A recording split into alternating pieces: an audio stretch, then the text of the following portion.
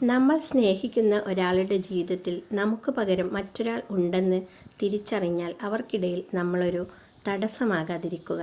അല്ലെങ്കിൽ ഒരുപാട് നുണകൾ കേൾക്കേണ്ടി വരും, ഒത്തിരി തിരക്ക് കാണേണ്ടി വരും, അതിലധികം ഒഴിവ് കഴിവുകൾ ഉണ്ടാകും. ഒരുപാട് സ്നേഹിച്ചതല്ലേ, നുണ പറയാതെ, തിരക്കുകളില്ലാതെ, ഒഴിവ് കഴിവുകളില്ലാതെ അവർ സന്തോഷമായി ജീവിക്കട്ടെ.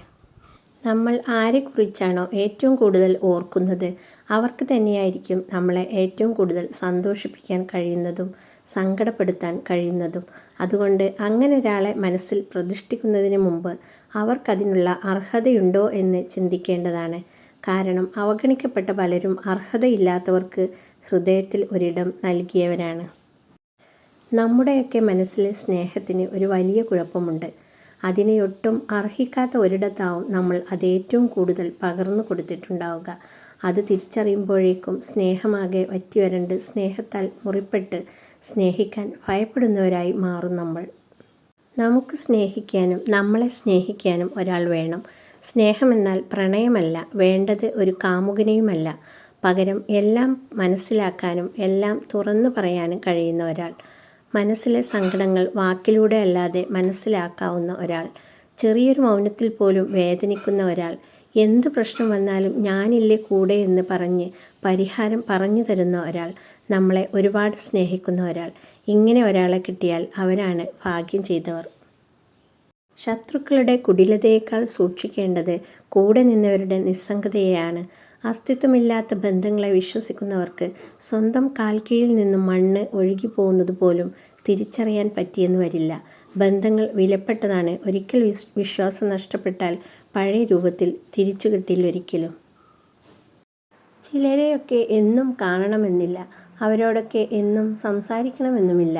അവരെ കാണുന്നത്, സംസാരിക്കുന്നത് ഒരു നിമിഷത്തേക്കാണെങ്കിലും അവർ തരുന്ന സ്നേഹം, കരുതൽ, അതിലൊക്കെ ഒരുപാട് ആത്മാർത്ഥതയുണ്ടാകും.